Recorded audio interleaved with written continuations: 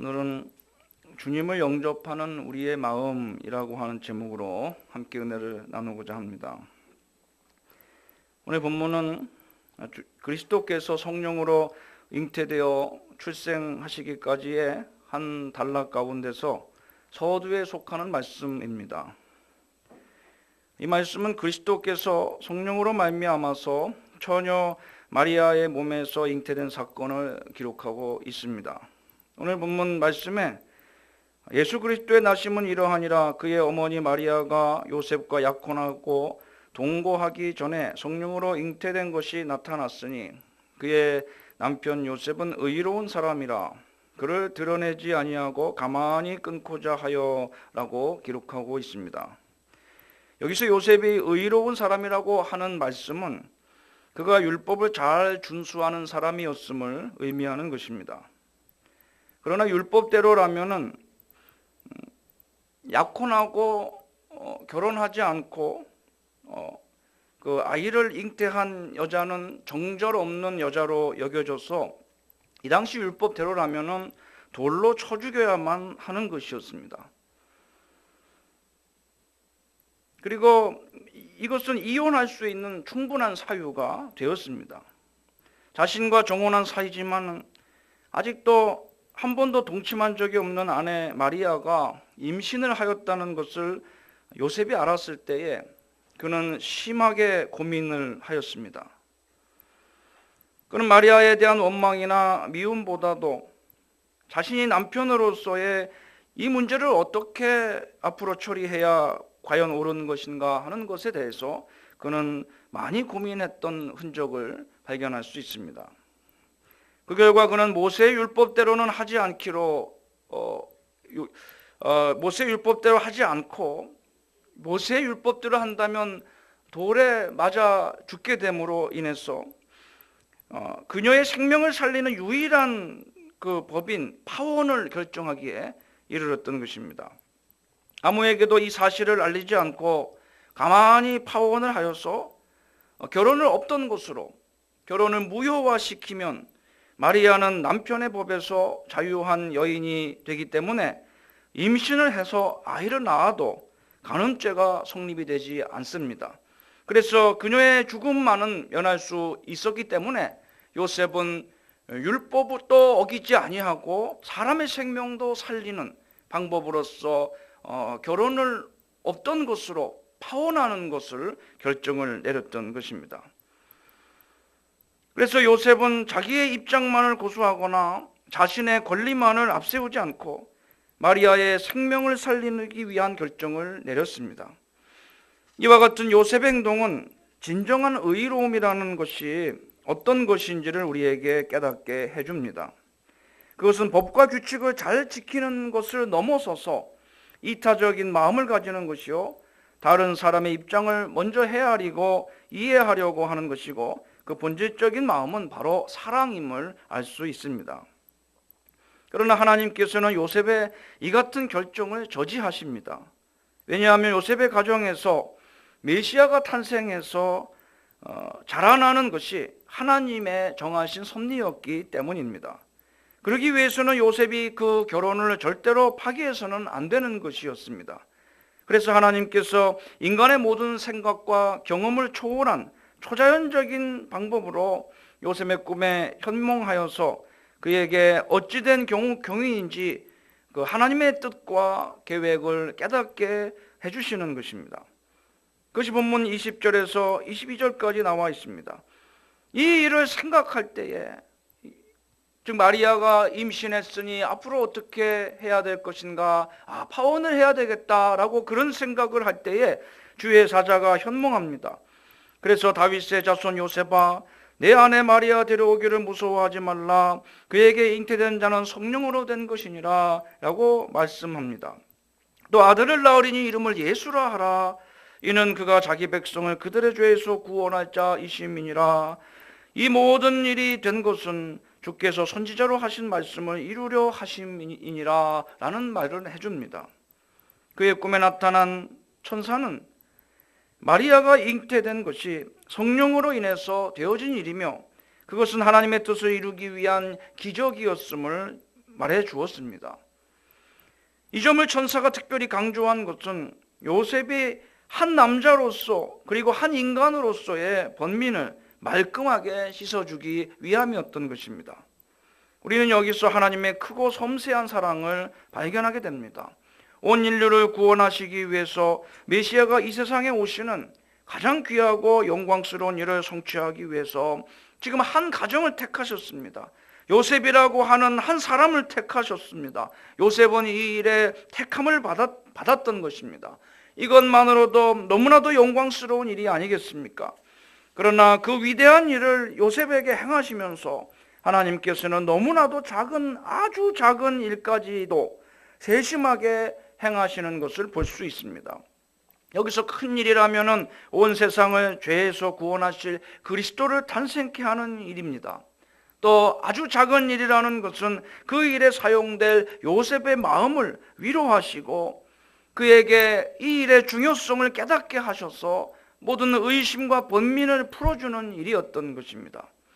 이 일로 인해서 정혼한 아내가 자신의 아이가 아닌 아이를 낳아야 되는 이런 일을 당하는 요셉 개인이 느끼게 될 번민과 혼란스러움과 그 마음의 괴로움을 하나님께서는 아시고 그것을 해소해 주시고 위로해 주시고자 꿈의 천사를 보내서 이 일이 어떻게 된 것인지 그 하나님만 아시는 속사정을, 이것을 요셉에게 사실 알릴 필요가 없는 것이지만은 요셉이 그런 마음의 괴로움과 혼잡스러움을 또 혼란스러움을 번민을 없애주기 위해서 하나님은 친절하게 천사를 보내서 하나님의 이 일의 계획과 뜻을 요셉에게 설명해 주시는 장면이 소개되고 있습니다. 여기서 저에게 잉태된 자는 성령으로 된 것이라고 말씀합니다. 천사가 꿈에 나타남으로 인해서 그 요셉은요, 정혼한 아내가 임신한 것은 하나도 바뀐 게 없어요. 그러나 상황은 하나도 바뀐 것이 없지만 슬픔이 기쁨으로 바뀌게 됩니다. 수치스러움이 가만히 끊고자 했던, 사람들에게 알리고 싶지도 않은 그 수치스러운 일을 당했다 생각했는데 그 수치스러움이 영광과 자랑으로 바뀌게 되는 것입니다. 하나님의 위로는 이처럼 우리 환경이 하나도 바뀌지 않았다 그래도요, 하나님의 뜻을 깨닫게 해주시면 우리가 괴로운 상황에서도 요셉처럼 놀라운 기쁨과 마음의 평화와 확신과 소망을 가지게 되는 것입니다. 하나님의 말씀이 이렇게 중요한 거예요. 우리가 하나님의 말씀을 진정 깨닫는다면 하나님이 내게 행하시는 이런 일들의 참 의미를 깨닫고 가치를 깨닫는다면 이 세상에서 내가 제일 행복한 사람이고 또 내 삶이 정말 만족한 삶이라는 것을 깨달을 수가 있습니다. 여기서 자부심이 나오는 겁니다. 우리 성도의 자부심은요, 이 세상에 겉으로 보고 사람들이 평가하는 것에 있는 것이 아니라 하나님이 내 안에 함께 하시고 주님이 함께 하시고 주님이 나를 사용하시고 하나님이 나를 세우시고 나를 인도하신다는 거기에 우리 그리스도인으로서의 사람의 자부심이 있는 것입니다. 이렇게 요셉은 이 일로 인해서 크게 실망하고 슬프고 낙담하고 또 수치스러웠는데 하나님이 천사를 보내서 요셉의 마음을 위로하시고 요셉의 마음을 회복시켜 주시고 이 번민과 괴로움으로부터 빠져나올 수 있도록 하나님이 친히 행하시는 것을 볼 수가 있습니다. 우리 성도에게는요, 친정 이런 하나님의 위로가 뒤따르는 삶을 살게 되는 것입니다. 하나님의 사랑과 위로와 평안과 만족이 있기에 우리는 요셉처럼 그 삶을 살아도, 여유롭지 못한 삶을 살아도 우리는 하나님이 함께 하시니까 자부심이 있는 겁니다. 뭘 부러워합니까? 내가 하나님을 이렇게 믿고 충성하려고 그러는데 왜 이렇게 가난하냐고요? 왜 이렇게 세상적으로 형통하지 못하고 어려움이 많냐고요? 왜 남부럽지 않게 하나님이 만들어주시지 않냐고요? 예수님은 목수였어요.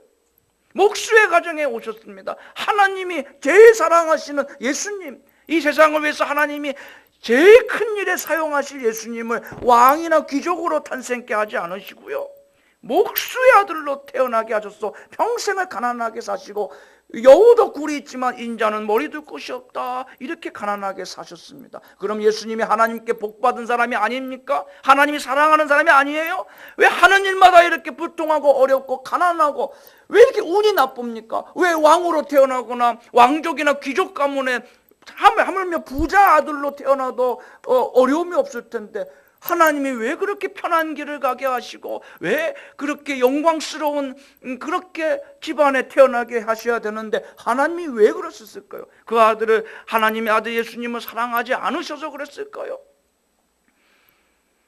여러분, 세상적인 시각으로 인생을 바라보지 마십시오. 예수님은 한 번도 그것에 대해서 불평한 적이 없어요. 하나님 왜 나를 목수의 아들로, 왜 이렇게 많은 가정이 있는데 왕궁의 왕자의 신분으로 태어나지 않게 하시고 왜 이렇게 가난한 목수의 아들로 태어나게 하셨습니까? 갈릴리에서 무슨 선한 것이 날 수 있겠느냐? 나사렛에서 무슨 선한 것이 날 수 있겠느냐? 왜 예수님을 이렇게 촌사람으로 사람들이 보게끔 이렇게 하나님이 초라하게 만드셨을까요? 심지어는 예수님이 풍채나 그 외모가 볼품이 없다고 말씀해요. 하나도 흠모할 것이 없다고 그랬어요. 심지어는 외모 자체도 우리가 보는 성화는 사실 예수님의 얼굴이라고 볼 수가 없어요. 성경의 기록에 의하면 풍채도 또 외모도 볼품이 없다고 그랬습니다.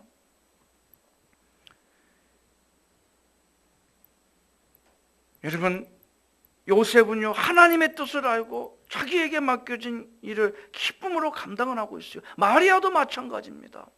처녀가 아무리 하나님의 아들을 낳는다고 그러지만은 처녀가 결혼도 안 했는데 동정녀가 자식을 낳는다는 것이 여인으로서 얼마나 힘들고 어렵고 정말 이걸 받아들이기 어려운 일인데 마리아는요 하나님의 뜻을 깨닫고 가브리엘 천사였던 그 뜻을 깨닫고 기쁨으로 그것을 수용하고 그 자기가 정말 복을 받은 여인이라고 하는 것을 믿고 있는 것을 보게 됩니다. 그러므로 참된 위로를 얻기를 원하는 사람은 어떤 경우에서라도 자기의 모든 문제를 선히 해결하라고 이처럼 요셉처럼 노력하고 하나님께 전폭적으로 의뢰해야 되는 것입니다. 요셉의 가정에 아기로서 찾아오셨던 주님께서 오늘날 우리들의 심령과 삶 가운데 구주님으로 찾아오실 때에도 이와 같이 너무나도 부드럽고 조심스럽게 하나님은 우리의 마음 문을 두드리시는 것입니다. 요한계시록 3장 20절에 보니까 보일지어다 내가 문 밖에 서서 두드리노니 누구든지 내 음성을 듣고 문을 열면 내가 그에게로 들어가 그로 더불어 먹고 그는 나로 더불어 먹으리라 라고 말씀하고 있습니다. 여러분, 예수님이 나와 함께 하시고 요셉의 가정에 찾아오셨던 것처럼 예수님이 내 마음속에 내 삶의 구주님으로 찾아오신 그 사실 하나만으로도 우리는 세상에서 가장 행복한 사람이고요 주인공입니다. 이 성경 이야기에 많은 가정이 등장하지만 요셉과 마리아의 가정만큼 복받은 가정이, 특별한 가정이, 하나님이 특별히 관심 있게 사랑하시고 돌보시는 가정이 어디 있겠습니까? 저나 여러분은 참 복받은 사람이에요. 하나님의 관심의 대상입니다. 하나님의 사랑의 대상이에요. 주님이 우리와 함께 계십니다.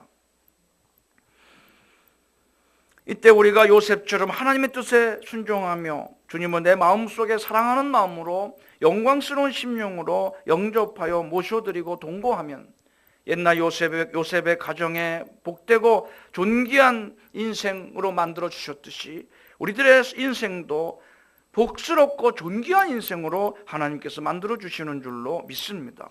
그러기 위해서는 요셉이 하나님의 선지자로 하신 말씀을 들었을 때에 그 말씀의 내용을 믿음으로 받아들였듯이 우리도 하나님의 말씀을 받아야 될 것입니다.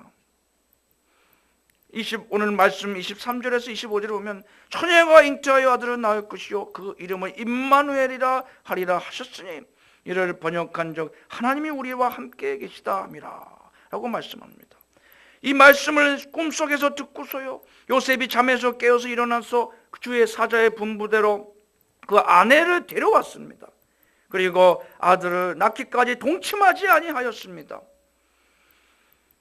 그리고 그 나음의 이름을 천사가 가르쳐준 대로 예수라고 이름을 지었던 것입니다. 우리 또한 이렇게 하나님의 말씀을 내 안에 양식으로 받으며 믿음으로 마음에 새기고 주 예수님을 구주로 내 마음과 삶 가운데 주인으로 모셔드려서 늘 함께하는 생활을 하기에 힘써야 될 줄로 믿습니다. 말씀 따로 생활 따로가 아니고 말씀 따로 내 생각 따로 하나님의 뜻을 깨닫는 것 따로 내가 결정하고 행동하는 것 따로 하지 않고 요셉처럼 그 하나님의 뜻을 깨닫고 천사로부터 하나님 말씀을 들었을 때 그대로 한 가지도 빠뜨리지 아니하고 그대로 행했던 것처럼 우리도 이러한 온전한 순종을 할 때에 우리 가운데 구주로 오신 주님이 우리를 통해서 역사하시고 또 우리와 늘 동행하시고 우리를 사용해 주시는 줄로 믿습니다. 성탄절은요, 이 세상의 구주로 탄생하신 주님을 영접하며 환영하고 예배하는 기독교의 대표 절기입니다. 성탄절은 세상의 명절이나 세상의 휴일이 아닙니다. 기독교의 절기임을 우리는 잊지 말아야 됩니다. 오늘날 미국에서는요, 성탄절 인사가 바뀌었어요. 옛날에는 메리 크리스마스라고 이렇게 수백 년 동안 불려왔던 것이요, 요즘에는 메리 크리스마스라고 미국 사람들은 성탄 인사를 건네지 않습니다. 이제는요, 해피 홀리데이라고 인사해요. 10년 전부터 이런 현상이 일어나기 시작했는데 지금은 미국에서요, 관공서나 국가기관에서 아예 메리 크리스마스라고 인사하지 말고 해피 홀리데이라고 인사하는 것을 규정으로 삼아버렸어요. 국가에서 그렇게 인사하라고 그렇게 장려하고 메리 크리스마스라는 인사를 공무원들은 하지 못하게 금지를 하는 겁니다. 그 이유는 메리 크리스마스가 특정 종교인 기독교의 색채가 들어가 있기 때문이라고 합니다. 참 어이가 없어요. 크리스마스가 원래부터 기독교의 절기인데 거기에 기독교 색채가 그 인사에 들어가면 안 된다고 하니 이게 말이 됩니까? 크리스마스의 주인공이 예수님인데 오래전부터 산타클로스가 그 자리를 뺏어버린 인상을 풍겼습니다. 성탄절 하면 크리스마스 하면은요, 예수님이 떠오르는 게 아니라 빨간 모자 쓴 수염 달린 산타클로스 할아버지하고 루돌프 사슴이 떠올라요. 이거가 세상의 그 문화가 그렇게 만들어 놓은 겁니다. 근데 이제는 인사마저도 빼앗겨 버렸어요. 메리 크리스마스에서 홀리데이로, 즉 성탄절에서 구주님이 나신 성탄절에서 그냥 휴일로 세상에게 빼앗겨 버린 듯합니다. 추수감사절은요, 미국에서 이미 블랙 프라이데이라고 이렇게 해서 물건 사는 날로 그렇게 삼았다가 이제는 물건을 사러 매장에 직접 가기도 사람들이 귀찮으니까 지난 다음에 인터넷으로 사요. 그걸 요즘에 사이버 먼데이라고 생겼어요. 블랙 프라이데이와 사이버 먼데이라고 해서 추수감사절은 미국에서는 이미 쇼핑하는 날로 바꾸어버린 지가 오래입니다. 우리나라도 똑같이 한국판 블랙 프라이데이를 올해부터 그렇게 하질 않습니까? 내년엔 더 크게 하겠다고 하는 거예요. 소비를 촉진시키고 경제가 이렇게 침체됐다가 이 블랙 프라이데이를 계기로 해가지고 확 이렇게 경제가 살아나는 그런 효과로 해서 기업체들도 적자에서 흑자로 이렇게 전환시키는 효과를 노리고서 연말에 그거를 그렇게 장려하고 그렇게 하게 하는 겁니다. 미국에서는 그 재고품을 창고에 그거를 없애기 위해서 그렇게 처음에 시작을 했어요. 근데 기업체들이 적자를 보다가 여기서 이제 연말에 흑자로서 돌아서서 이렇게 이윤을 남기게 되고 그 부수 효과가, 소비 효과가 이어져서 경제가 발전하기 때문에 이런 것을 그렇게 하는 겁니다. 근데 영적으로 보면요, 추수감사절이 하나님이 자기에게 1년 동안 베푸신 은혜를 감사해서 하나님께 예물을 드리고 하나님께 감사하던 날을 이제는요, 물건을 사들이면서 인간이 자기 자신에게 물건을 사서 자기 자신에게 바치며 자기 스스로 행복해하는 날로 바뀐 것입니다. 하나님께 영광 돌리고 하나님께 기쁨을 드리던 날이 물건을 사서 나에게 바치며 내가 행복하고 내가 즐겁고 내가 기쁜 날로 추수감사절은 이미 의미를 상실해버린 지가 오래입니다. 그런데 이제는 하나 남은 기독교의 절기인 성탄절마저 그 의미를 상실해서 그냥 인간이 즐기는 휴일의 개념으로 바뀌어져 가고 있습니다.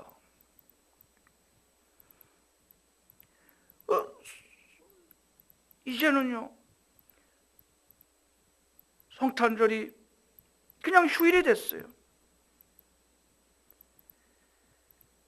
인간이 즐기는 휴일로 바뀌고 있어요. 예수님 당시하고 예수님 당시에 그 크리스마스 이브하고 오늘날 크리스마스 이브하고 하나도 안 바뀌고 똑같은 게 하나가 있어요. 여관방이 모자란다는 겁니다. 예수님 당시에도 호적하러 사람들이 몰려갖고 예수님이 사관에 묵을 방이 없었어요. 오늘날에는 사람들이 서로 즐기려고요. 호텔 여관 크리스마스 이브에는요 방이 없어요. 다 예약이 꽉꽉 차갖고 방이 없어요. 사람들이 쾌락을 즐기고 노는 날로 다 바뀌어버린 겁니다. 예수님 당시에 또 묵을 방이 없어서 사람들이 아무도 예수님을 영접해주고 환영하지 않기 때문에 헛간에서 말구유에서 탄생을 하셨는데 오늘날 사람들 마음속에 예수님이 성탄절 이브에 들어가고 싶어도 아무도 들어갈 방이 없는 겁니다. 예수님이 들어갈 사람의 마음방이 없는 거예요. 이게 얼마나 무서운 사단마귀의 역사입니까? 그래서 성탄절이 예수님 탄생하시는 날인지도 모르고 아이들이요 산타크로스 할아버지가 찾아오셔서 선물 나누어 주는 날로 그렇게 아이들이 얼마나 그렇게 많은 아이들이 그렇게 알고 있습니까? 여러분 이게 진정 어른이 동심을 키워주는 아름다운 일이겠습니까? 예전에 제가 나 홀로 집에라는 영화를 보면서 참 미국 사람들은 이상하다. 왜 크리스마스에 교회 가서 예배를 안 드리고 저 비행장으로 공항으로 가서 여행을 떠날까라는 의문이 들었는데요. 국가에서 그렇게 휴가 기간으로 성탄절 기간을 연휴를 그렇게 만들어 버린 까닭이라고 합니다. 그래서 이제는 미국에서는 성탄절이 연말을 맞이하여 그저 여행 가고 가족을 만나서 오랜만에 식사하고 대화하는 휴가철로 바뀌어 버렸습니다. 성탄절을 사람들이 기다리는 것은 예수님의 탄생을 즐거워하고 기뻐하고 영광 돌리라는 심사가 아니라 그때 자기들이 행복하고 기쁘고 즐겁고 즐기려고 그렇게 그 기간을 기다리는 것입니다. 그러나 이것은 주님을 맞이하는 요셉의 가정과 같은 경건한 가정의 모습은 진정 아닐 것입니다. 주님을 영접하는 마음과 자세는 그때나 지금이나 세상이 아무리 변하고 이상하게 흘러가도 전혀 변함이 없다고 생각을 합니다. 그러므로 며칠 후면 맞이하게 될 근본 성탄절도 그리스도를 온전히 예배하며 구주님을 내 마음 가운데 모셔드리며 환영하여 기쁘게 영접하는 성탄절이 되도록 힘써야 되겠습니다.